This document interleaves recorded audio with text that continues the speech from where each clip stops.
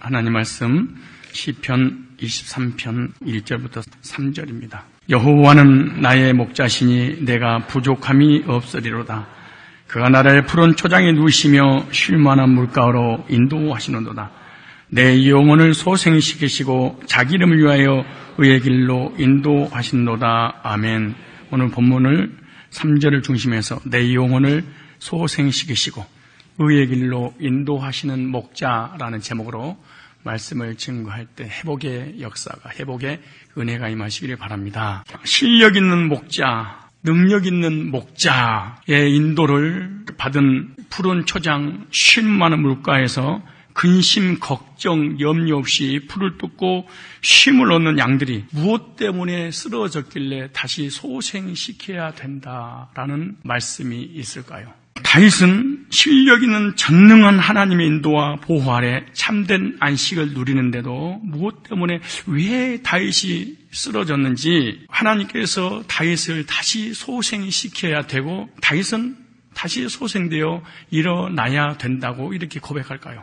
만세전에 그리스도 안에서 택함받은 주의 백성들이 복음을 듣고 구원을 받아서 단번에 영혼이 온전케 되어 구원받아 하나님의 자녀가 되어 천국 가는 그날까지 우리 하나님께서 보호하시고 인도하시는데 왜 시험 들고 넘어지고 쓰러지고 낙심할 이유가 과연 뭘까요? 구원받을 때 나는 절대로 넘어지지도 시험에 들지 않을 거라고 호언장담을 했는데 얼마 못 가서 너무 쉽게 무너져버리는 연약한 자신의 모습 보면서 나 진짜 구원받았을까? 나 정말 하나님의 자녀 맞을까? 그리고 정말 나는 천국 갈 수 있을까? 하나님이 나와 함께 하시고 하나님 나를 정말로 사랑하실까? 나중에는요, 하나님이 정말 계시는 거야. 나의 정체성까지 흔들리고 무너져 버릴 때가 있습니다. 오늘 본문에 그래서 소생시키시고라는 이 엄청난 단어가 여기에 기록되어 있습니다. 주님은 육신적인 것도 소생시키시고 영적인 것도 소생시키시고 우리의 삶도 소생시키셔서 의의 길로 반드시 인도하신다 이렇게 말씀하고 계십니다. 그래서 이 시간에 혹시 이 서론의 말씀을 듣고 나는 구원받고 하나님 자녀가 되어 택함받았다는 확신 가운데 감격 속에 기뻐하며 누리며 살았는데 어느 나도 모르는 순간 시험 들고 넘어지고 정체성이 흔들려서 구원까지 의심하고 낙심한 그런 혹시 성도님들이 계신다면 오늘 왜 그래야 되는지 그럴 수밖에 없는 이유를 알고 오늘 말씀을 통하여 다시 한번 소생케 되는 그런 은혜를 경험하는 그런 시간이 되시기 바랍니다. 먼저 우리가 알 것은 소생이란 단어입니다. 내 영혼을 소생시키시고 이랬습니다. 원래 내 영혼이란 말은 네페시라는 단어입니다. 헬라어로 필라케라는 단어인데요. 감시, 경계, 감옥이라는 단어고요. 헬라어로 영이라는 단어는 푸뉴마입니다. 바람, 호흡, 생명, 영, 성령, 히브리어로 루하으인데요. 그리고 헬라어로 지옥이라는 말이 게헨나라는 단어입니다. 히브리어로 지옥, 흰놈, 골짜기일 때 흰놈이라는 단어를 썼습니다. 그런데 내 영혼을 소생시키시고 이 소생이란 말이 슈브라는 히브리어 단어인데 이 소생시키고 이 슈브라는 단어가 돌아오다, 떠나다, 돌이키다, 옮기다, 소생시키다 이런 의미를 가지고 있어요. 여호와 하나님께서 영혼을 소생시킨다고 말씀하고 있는데 이 단어는 회개를 의미하는 단어입니다. 회개란 말은 다시 돌아오게 한다는 그런 의미입니다. 내가 잘못한 그 자리에서 회개하고 눈물을 흘리고 고백하는 것이 아니라 다시 하나님께로 돌아올 때 회개라는 그런 단어를 쓴 거예요. 나의 영혼을 소생시킨다는 것은 회개의 역사를 통하여 죽었던 자들을 다시 살아나게 하시는 하나님의 의도고 하나님의 행위입니다. 그래서 에베소서 2장 1절에 보면은 허물과 죄로 죽었던 너희를 살리셨도다 그랬어요. 예수님께서는 우리가 허물과 죄로 죽었었는데 하나님께서 살려주셨다 이런 말씀하세요. 여호와 하나님께서 내 영혼을 소생시키신다는 것은 바로 죄와 허물로 죽었던 나를 예수 그리스도 은혜로 살려주셨다, 살려주시는 것을 의미하는 거예요. 문장을 연결해 볼까요? 돌아오다, 떠나다, 돌이키다, 옮기다, 소생시키다 이 말은요, 이것은 죄악에서 떠나서 다시 죄로 돌아가지 않고 생명의 자리로 옮겨주시는 것을 의미하는 거예요. 그리고 우리가 전에는 죽음의 자리에 있었고 저주의 자리, 사망의 자리에 있었다. 언제? 허물과 죄로 죽어 있을 때, 구원받기 전에, 즉 목자장이 되신 주님께서 우리를 부르시기 전까지 그랬어요. 그러나 예수 그리스도께서 택자들을 위해서 십자가에서 죽으심으로 인해서 우리는 영원한 죄로 인한 저주의 자리, 형벌의 자리, 사망의 자리, 지옥의 자리를 떠나게 되었다, 이렇게 말하는 거예요. 그리고 죽었던 영혼이 소생하여 살아나게 되었다. 그리고 원래의 자리인 예수 그리스도께로 다시 돌아왔다, 그렇게 말해요. 하나님께로 나와서 예수님을 통해서 다시 회복되어 하나님께로 다시 돌아가게 되었다, 이 문장의 의미가 되는 것입니다. 이것이 바로 하나님께서 소생시키시고 영적으로 구원의 문제에 있어서 죽었던 영혼을 살리는 것을 말씀하고 있는 거예요. 그럼 하나님께서 나의 영혼을 어떻게 소생시켜 주실까요? 나는 영적으로 허물과 죄로 죽어 있었기 때문에 나의 힘으로는 절대로 살아날 수 없고 소생할 수 없는 거예요. 예부의 힘이 없이는 절대로 살아날 수가 없다는 것을 말씀하고 있는 거예요. 우리가 병원에서 숨이 끊어진 사람을 살리기 위하여 인공호흡을 하게 되는데, 그리고 전기 쇼크를 심장에 가하여 다시 숨을 쉬게 만들어주잖아요. 이와 같은 방식으로 하나님께서 완전히 소생할 수 없는 자들을 예부의 하나님의 기적 같은 역사로 호흡시키고 강력하게 역사하여서 하나님의 절대적인 능력으로 살려주셨다, 그렇게 말씀하고 있는 거예요. 그리고 한 번 살렸으면 다시는 죽지 않을 것이다. 이것은 한 번 구원받으면 절대로 구원이 취소되지 않는다. 알미니안주의라든가 알미니우스는 구원이 취소될 수 있다. 캐톨릭도 그럽니다. 그러나 성경에서는 한 번 하나님이 살려놓고 죄를 지니까 다시 죽여버리는 일이 절대로 없을 것이라는 거예요. 그 이유가 뭐냐? 문법이 그렇게 돼 있어요. 하나님께서 소생시켜 주시는데 피해일령과 시제가 미완료 시제를 사용하고 있기 때문에 그런 거예요. 무슨 말이냐? 피해령 하나님의 강조 능력, 즉 완전히 숨 쉴 수 없는 죽은 영혼을 나의 의지와 전혀 관계없이 하나님의 힘으로 숨을 쉬게 해주신다는 거예요. 나는 숨을 쉬고 싶은 생각도 없고 숨을 쉴 수도 없고 숨을 쉬려고 내 스스로 노력 한 번도 해본 적이 없는데 하나님의 강력한 능력으로 우리에게 찾아오셔서 우리의 의지와 행위와 관계없이 숨을 쉬게 해주시는 하나님의 의도다는 거예요. 죽은 내 영혼을 강력한 하나님 힘으로 살려주셨다. 언제 살려주시냐? 복음을 듣고 성령 안에서 우리가 거듭날 때 살려주시는 거예요. 요한복음 5장 25절에 진실로 진실로 너에게 이르노니 죽은 자들이, 이거는 영적으로 허물과 죄로 죽었어. 이거 언제로 인해서 하나님과의 관계가 차단된 거예요. 지금 몸은 살아있는데 영이 죽어있는 거예요. 불신자들은. 하나님의 아들의 음성을 들을 때가, 무슨 말이냐? 복음의 소식을 들을 때가 오라니 곧 이때라. 듣는 자는 살아나리라. 복음을 듣게 되면 하나님께서 어떻게 하신다? 소생시켜 주신다, 이렇게 말씀하세요.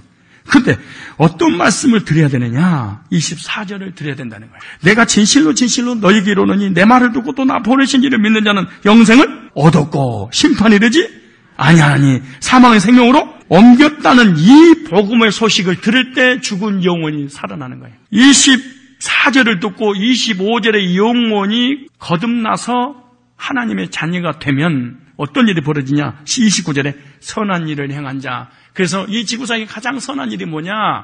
바로 복음을 듣고 구원받은 것이 가장 선한 일입니다.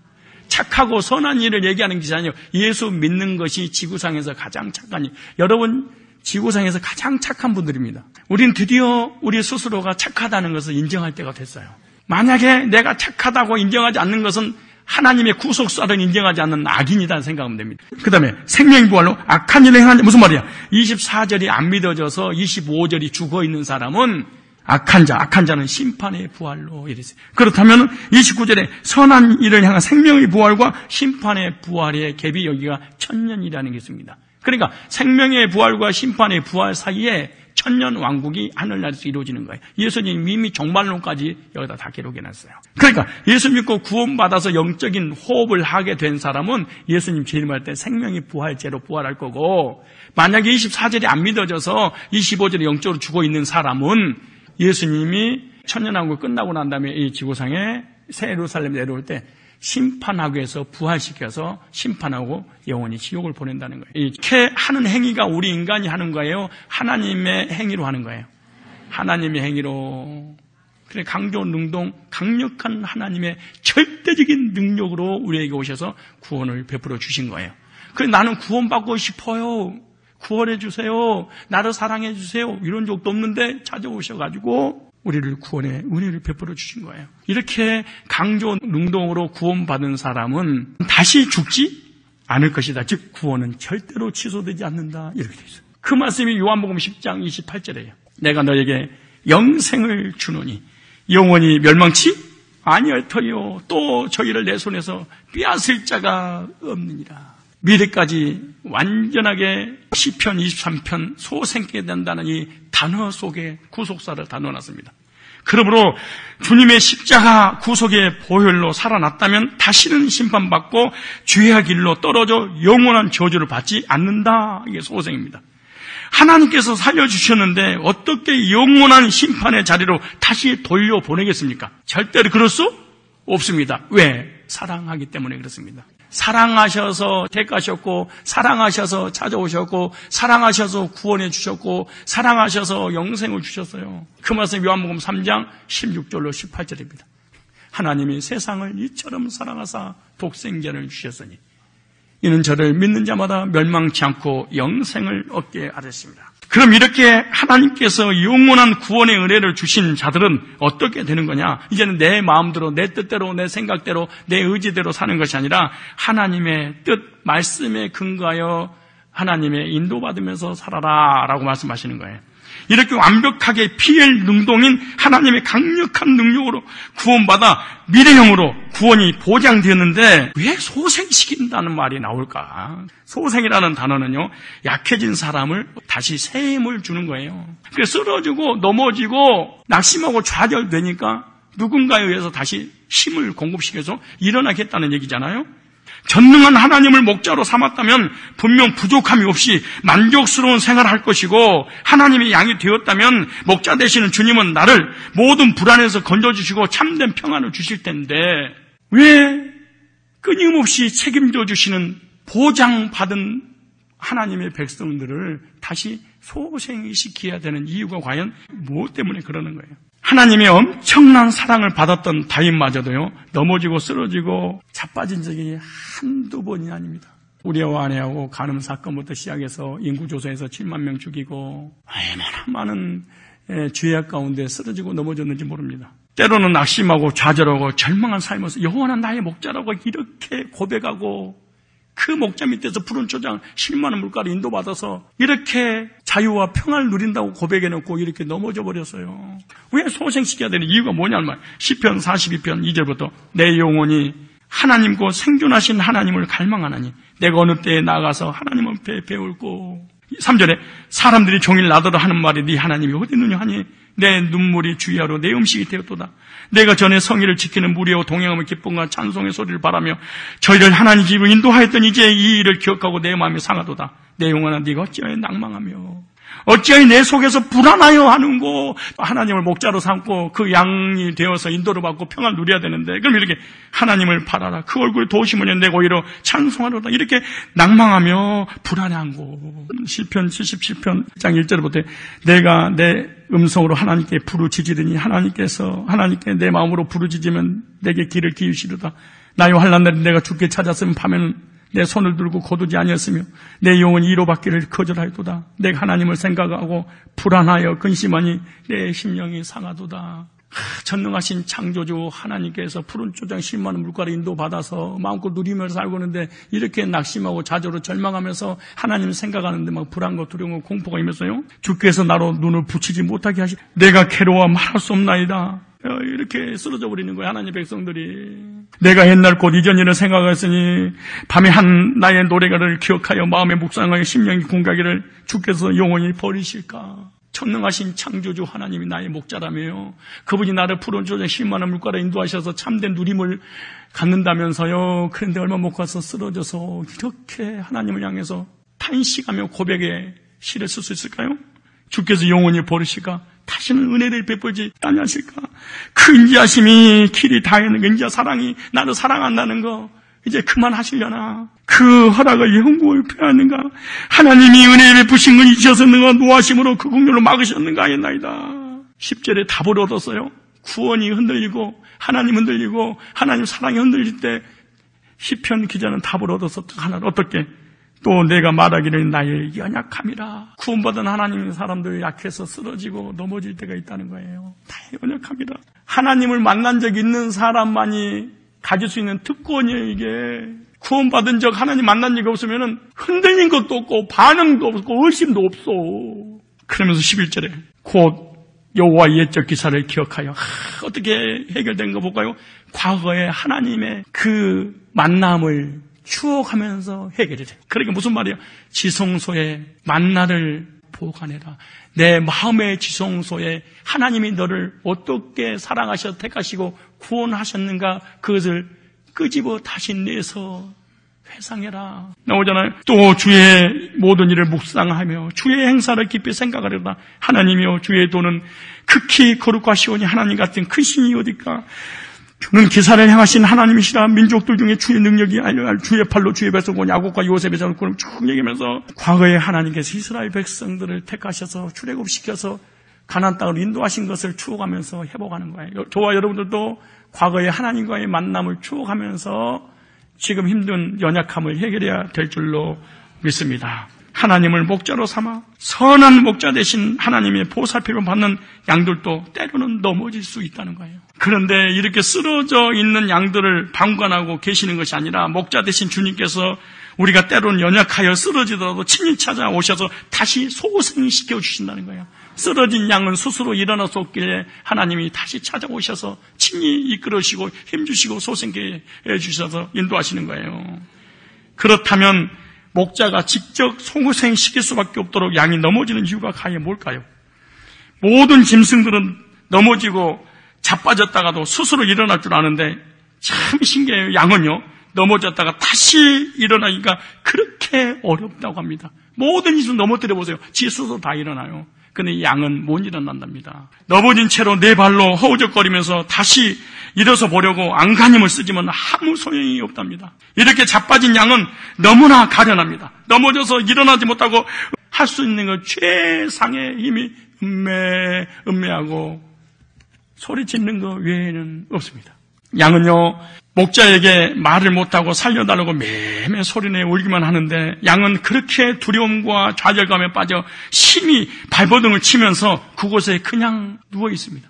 양은 그렇게 누워져 있어도 그 누구도 돌봐주는 이가 없는 것입니다. 혹 목자가 그 자리에 있다면 자빠진 양을 발견한 순간 바로 붙들어 일으켜 주겠지만 목자가 그 자리에 없으면 양은 자빠진 채로 허우적거리다가 그만 지쳐서 죽거나 무력함으로 끝나는 것이 아니라 조금 있으면 짐승들이 와서 산채로 잡아먹힐 수밖에 없는 것입니다. 그렇게 자빠진 양은 너무나 가련하고 불쌍하게 짝이 없는데 그렇기 때문에 목자가 해야 될 일은 딱 하나입니다. 양의 숫자를 세는 겁니다. 숫자를 세다가 혹 한 마리라도 보이지 않으면 이 한 마리의 그 성품을 목자가 기억하고 있다가 누가 쓰러졌지? 요놈이구나. 어디서 쓰러졌지? 상상합니다. 거기 가봅니다. 꼭 그 자리에서 쓰러져서 음매하고 있어요. 성도들 마찬가지야.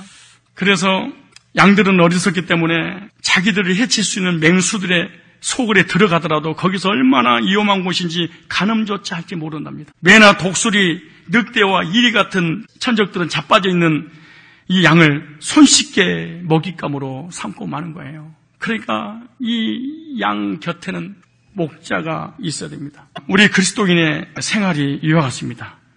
어떤 분은요 영적인 미궁에 빠져서 무력한 상태로 좌절하고 낙심하는 사람도 있습니다.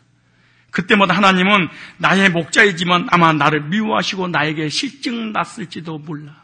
그리고 내가 넘어져 있는 이런 모습 보고 우리의 하나님은 화가 나 있는지도 몰라. 그리고 나를 버리시거나 못 본 채 내버려 둬버릴지도 몰라. 거의 시험이 들거나 여러 가지 삶의 어려움이 있어서 낙심해 있는 사람들의 공통점입니다. 하나님 나 사랑하지 않을 거야. 나도 내가 싫은데 하나님이 나를 좋아할 일이 없어. 그러나 그것은 잘못된 생각입니다. 하나님은 선한 목자로서 언제나 사랑과 동정을 가지고 우리에게 대하신다는 사실을 믿기를 바랍니다.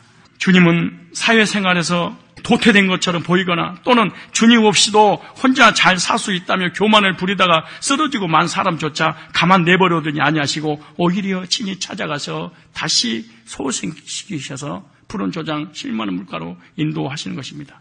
심지어 베드로는 예수님을 3번씩이나 모른다고 부인했지 않습니까? 그러나 예수님은 어김없이 베드로에게 찾아가서 넘어진 그 영혼을 일으켜 세우시고 새 힘을 주시고 새로운 사명을 맡겨 주셨습니다.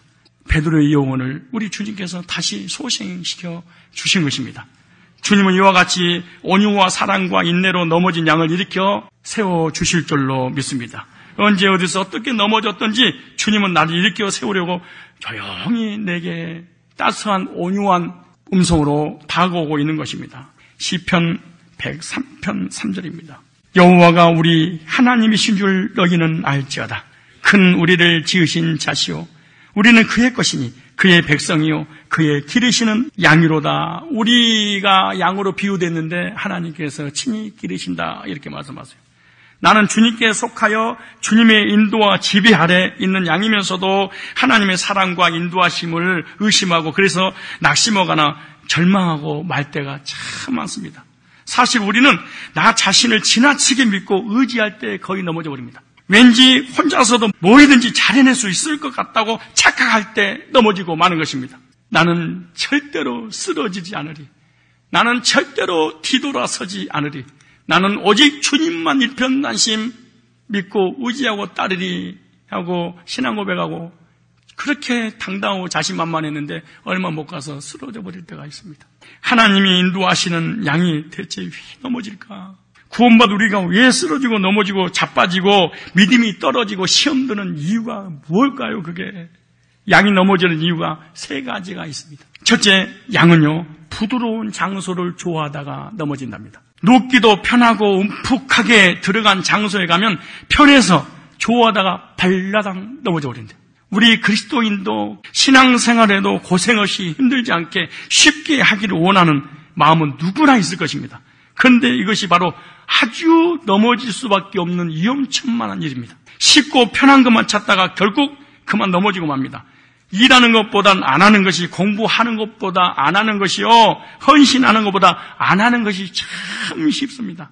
우리가 신앙생활을 해나감에 있어서도 조금은 힘들고 귀찮더라도 우리 자신에게 많은 도움이 되도록 하기 위해서 자진해서 내가 할 수 있는 어떤 헌신의 자리를 반드시 마련해야 됩니다. 우리가 헌신의 자리에 있지 않으면 우리는 발라당 넘어질 수 있고 넘어지면은 못 일어납니다. 그래서 하나님이 때로는 우리에게 시련과 환난과 고난과 역경도 주십니다. 왜냐하면 하나님께 돌아와서 하나님의 사역을 하게 하시는 하나님의 의도가 있기 때문에 그런 겁니다. 이스라엘 백성들을 출애굽시켜서 가나안 땅으로 인도하는 것이 아니라 광야로 인도했다는 것을 절대적으로 기억해야 될 것입니다. 우리의 육신은 편하기만 하면요 모든 것이 해결될 줄 알고 생각할 때가 많아요.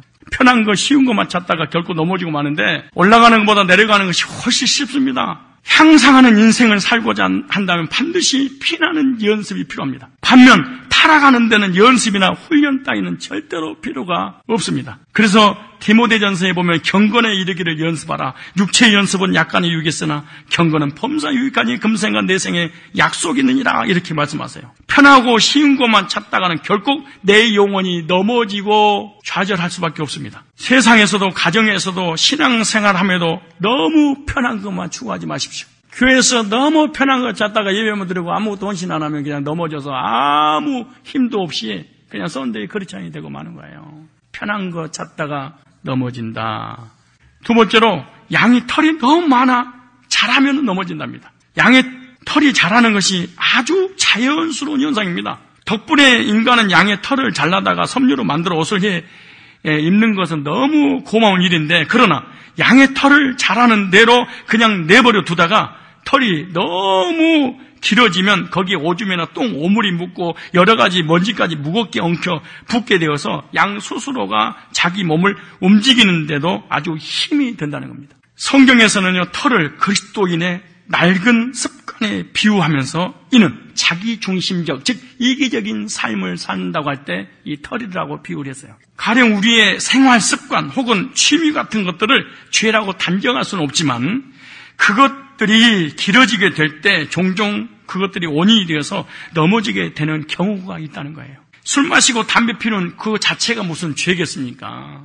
그렇다고 죄가 아니니까 마시라고 하진 않아요. 그러나 술을 마시고 보면 처음에는 사람이 술을 먹고 술이 사람을 먹어버린다잖아요.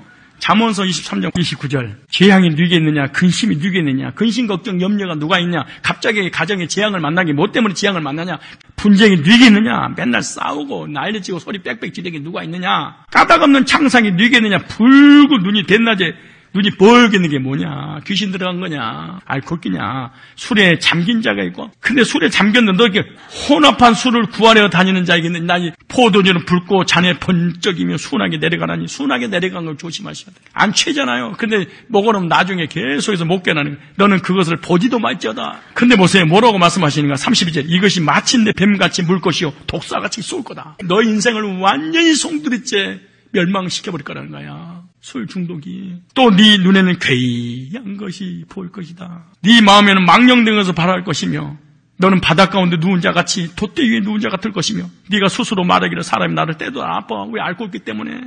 나는 아프지도 않냐고 나를 상하게 해도 내게 감각이 없도다. 내가 언제나 깰까. 깨자마자 사실 술을 짧게 놀아. 술 때문에 개인 망하지, 자녀들 망하지, 가정 망하지, 송두리째 망가져버린 거예요. 술이 나쁜 건 아니에요. 술을 먹으니까 지옥은 절대로 안 가. 근데 이 땅에서 완전히 폐가 망신돼버리는 거야. 술과 담배는 자기 자신에게 폭력을 휘두르는 겁니다. 악한 죄입니다. 가장 무서운 죄가 자기 자신을 괴롭히는 거야. 근데 담배와 술을 동시에 먹으면 무조건 암이랍니다. 그런데 오락이나 취미생활 역시 그러합니다. 낚시도 건전한 취미생활 중에 하나잖아요. 스포츠도 마찬가지예요. 그러나 양의 털이 너무 길어지면 양이 반드시 그것 때문에 자빠진다는 사실을 알아야 돼. 내가 좋아하는 그 오락 때문에 결국 걸려서 넘어진다는 거예요. 오락이나 취미도 너무 길어지면 넘어지는 원인이 됩니다. 사실은. 여러분이 좋아하는 오락 너무 깊어지기 전에 잘라버릴 필요가 있습니다. 그래야지 그것 때문에 넘어지지 않습니다. 털은요, 내 자신의 욕구와 욕망 그리고 내 포부에 대한 외면적인 표현입니다. 그것은 내가 계속적으로 주변의 세상과 접촉하는 부분이고요. 즉, 내 생활 영역이기도 합니다. 그곳에서 내 영혼을 눌러 무겁게 하는 여러 세상적인 것들을 많이 발견하게 되는 것인데 그 자체가 죄는 아니지만 나의 신앙생활에는 걸림돌이 된다면, 방해가 된다면 그걸 잘라야 됩니다. 하나님과 멀어지게 하는 이런 오락은 잘라버려야 됩니다. 구약의 대제사장들이 1년에 한 번 지성소에 들어갈 때 털옷을 입고 들어가서는 절대 안 된다라고 말씀하세요. 양의 털은 자신의 자랑과 개인적인 우선권을 의미하는 거예요. 즉 이기주의, 개인주의, 내 중심적인 내 철학을 얘기할 때 양의 털을 성경에 비유를 했어요. 하나님은 절대로 그것을 용납하지 않으신다는 거예요. 그래서 사도 요한은 이렇게 경고하잖아요.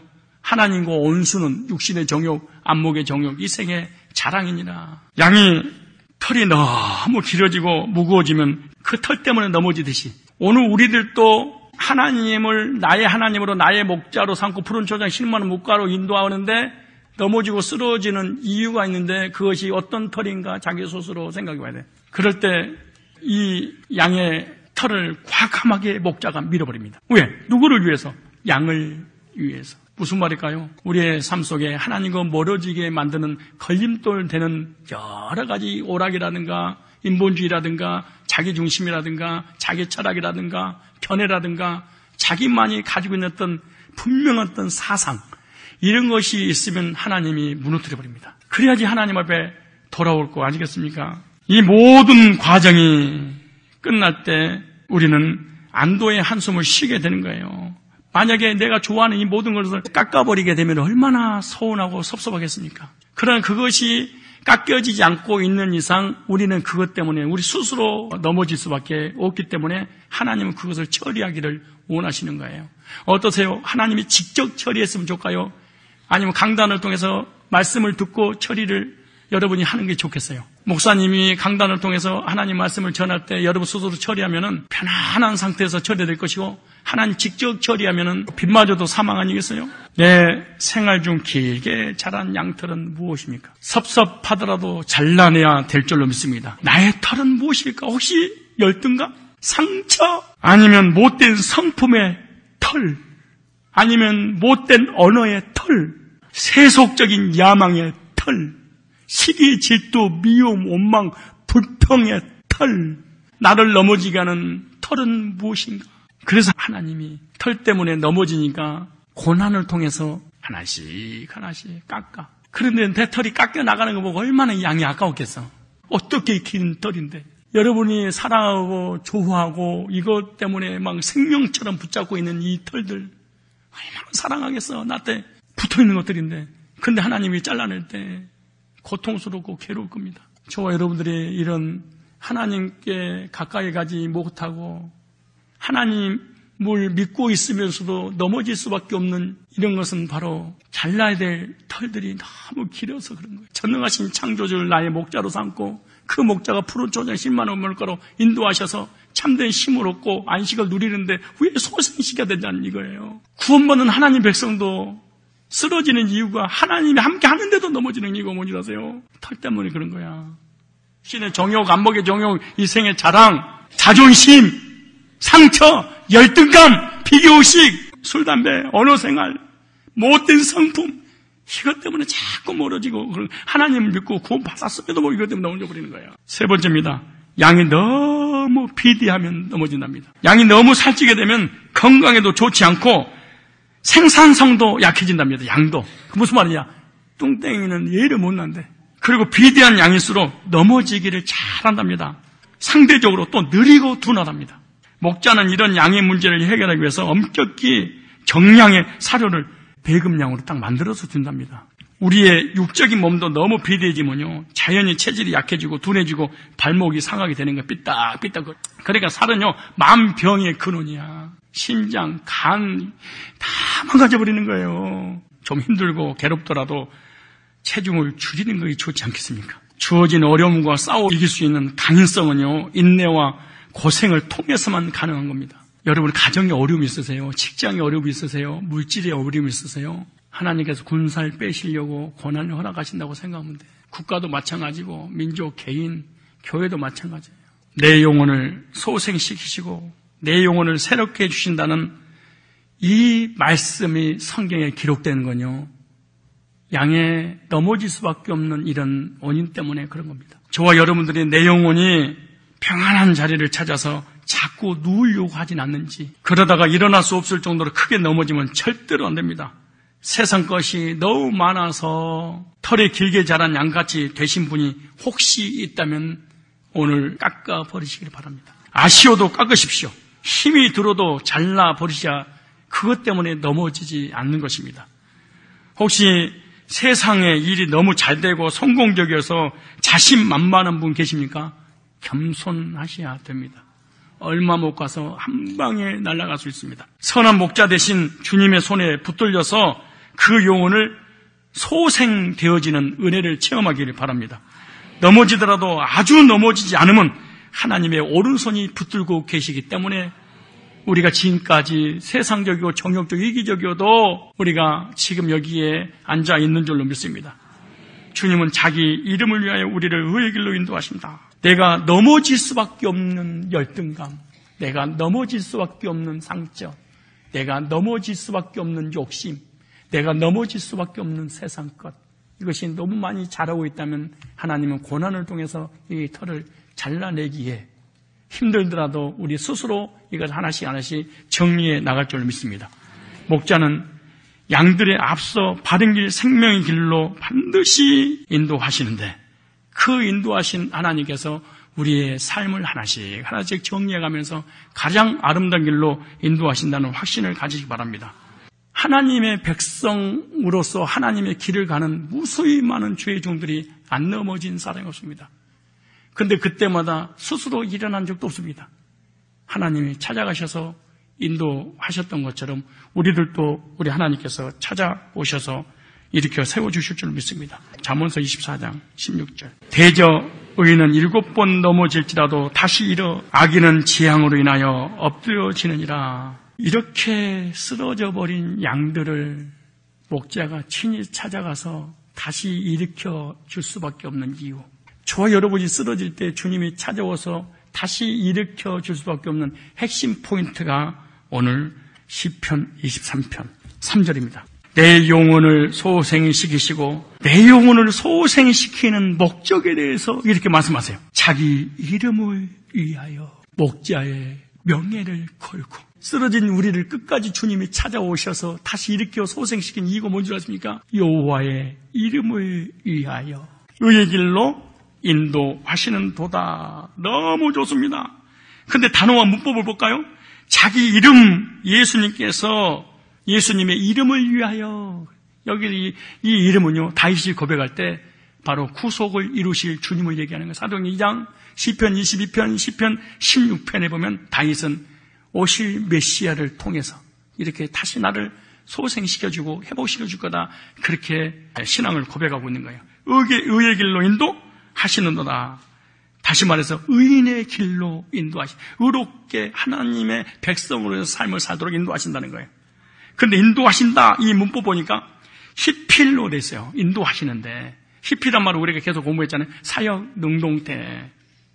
주님이 직접 주의 백성들을 인도하시는데 강력한 능력과 힘을 총동원해서 그 양을 인도하신다.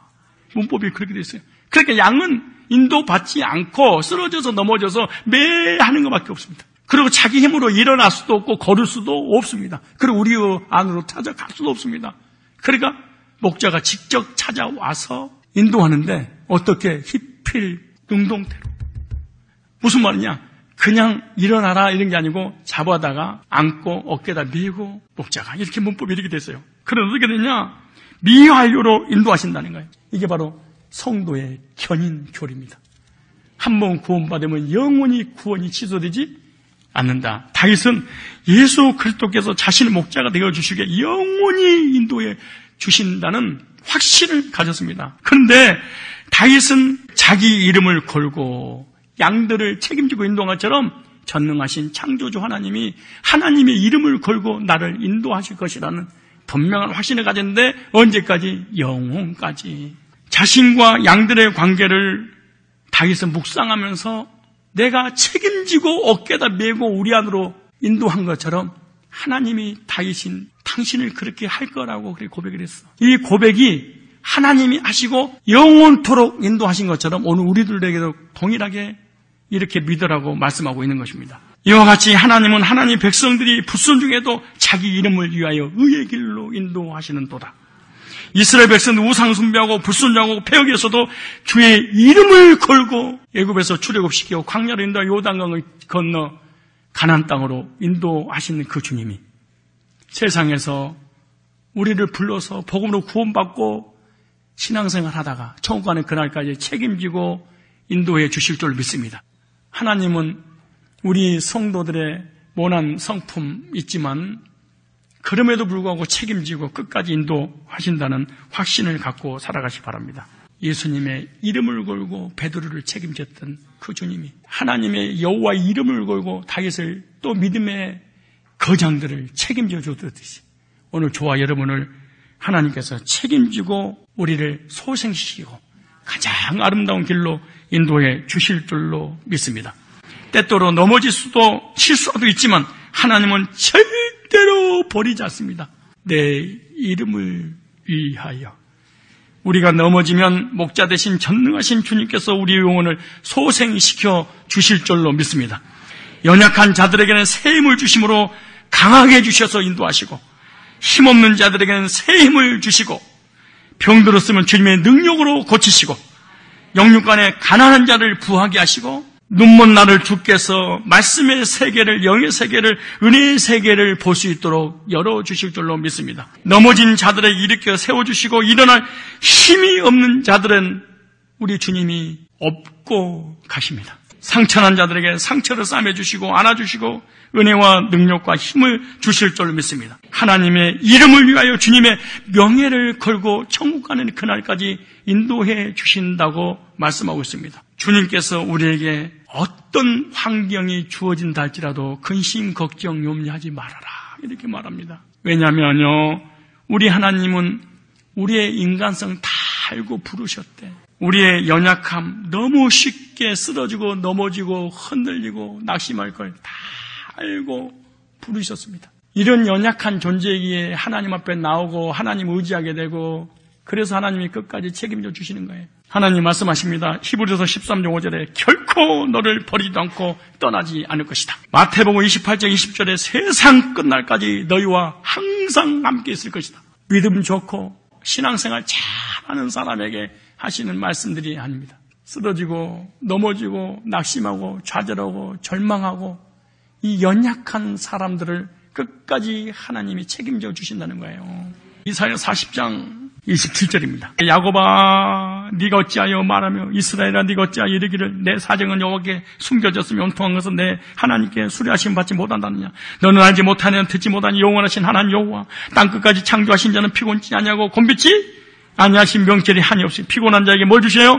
능력을 무능한 자에게 힘을 더하시나니 소년이라도 피곤하며 곤비하며 장정이라도 넘어지며 자빠지되 오직 여호와를 앙망한 자는 새 힘을 얻으리니 독수리의 날개침이 올라가 들 것이요 다름질하여도 곤비치 아니하겠고 걸어가도 피곤치 아니하리로다. 아멘. 시편 23편 3절입니다. 3절에 내 영혼을 거다 자기 이름을 넣고 시작.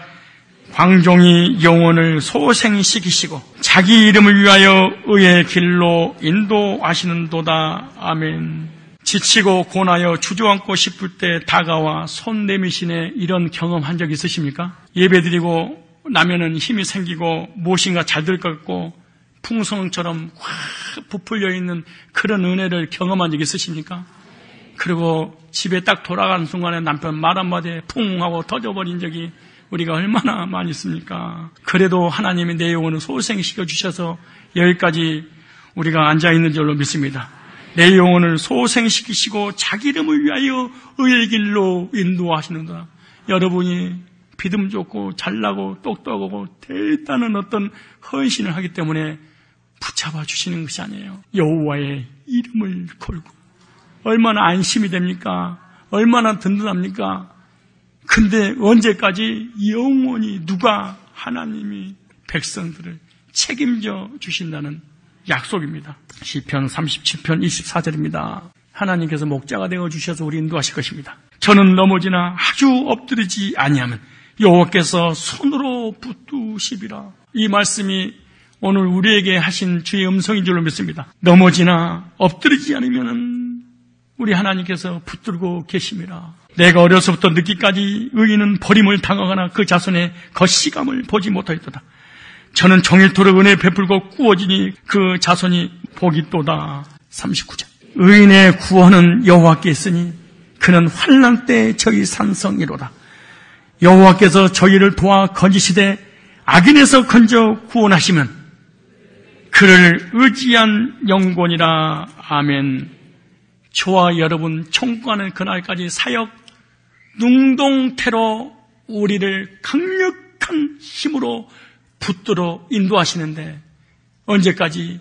영원히 인도해 주신다고 말씀하셨습니다. 그러므로 저와 여러분은 전능하신 주님이 나의 목자고 나는 양이기 때문에 절대로 망하는 법이 없습니다. 절대로 빌어먹지 않습니다. 반드시 복 받을 겁니다. 왜? 여호와의 이름을 걸고. 이 시편 23편 1절부터 3절까지 믿어졌으면 여러분이 이 땅에 살면서 참된 안식을 누릴 것입니다. 얼마나 안심이 되고 든든합니까? 우리는 잘못될 수 있나요? 망할 수 있나요? 실패할 수 있나요? 왜? 하나님을 사랑하는 자, 곧 그 뜻대로 부르심을 입은 자들에게는 모든 것이 합력하여 선을 이루니라. 반드시 우리의 삶 가운데 화가 복이 되고 해가 선이 되어서 결과가 복으로 오도록 인도해 주실 것입니다. 여호와의 이름을 위하여 우리가 죄짓고 넘어지고 못된 성품, 불신앙하고 못된 짓 다 하는 것 주님은 알고 불렀을까요? 속았을까요? 그럼에도 불구하고 끝까지 책임져 주실까요? 왜 그러신다고요? 왜 우리를 넘어져도 내가 도와달라고 하지 않아도 주님이 찾아와 소생시킨 이유 알겠어요? 여호와의 이름을 걸고 이 사실을 그대로 믿읍시다. 우리가 믿음 좋아서 흔들리지 않아서 하나님께 예배드리고 늘 승리해서 하나님 복을 주시는 게 아니에요. 시편 23편 여호와는 나의 목자시니 내가 부족함이 없으리로다. 그가 나를 푸른 초장에 누이시며 실만 물가로 인도하시는데 자빠져버려. 왜 쓰러지고 넘어진 이유 말씀드렸죠. 구원받은 사람이 흔들리고 넘어지고 쓰러진 이유 말씀드렸잖아요. 그럼에도 불구하고 소생시키신데 우리는 스스로 소생할 수 있는 힘과 능력이 또 없다. 영적으로도 육신적으로도 아무것도 없습니다. 우리가 딱 할 수 있는 것, 죄 짓는 것, 부정적인 것, 의심 많은 것, 이거밖에 하는 게 없어. 양이 할 수 있는 게 뭐가 있어요? 먹고 똥 싸는 것밖에 더 있겠어요? 그 넘어지면은 누가 다, 청소도 누가 다 해주는 거예요? 목자가. 우리가 지은 모든 죄를 처리하신 분이 우리가 아니에요. 다 주께서. 예수님의 그 이름 때문에 내가 너 책임지고 소생시키고 힘줄 거예요. 우리는 망할 수가, 빌어먹을 수가, 저주 받을 수가, 지옥 갈 수가 없어. 우리가 잘못되면 누가 책임져야 돼? 하나님 여기다니요. 나는 그래서 이게 너무 안심이 돼. 이 말씀하는 게. 인정하세요. 나는 연약한 양입니다. 쓰러질 수밖에 없는 양입니다. 나 못된 성질 주님 아시죠? 그리고 하나님이 나 너 택한 거 실수한 거야. 이렇게 생각하지 마시고 쓰러져 있는 그 모습 그대로 주님 앞에 나오십시오. 다시 뭐 하실 거냐? 소생시키십니다. 누구 이름을 위하여? 자기의 이름을 위하여 의의 길로 인도하시는 도다. 우리 하나님께서 하나님의 이름을 걸고 우리를 소생시켜 인도하셔서 푸른 조장 실만 물가로 다시 누워 있게 하실 겁니다. 여호와의 이름 때문에.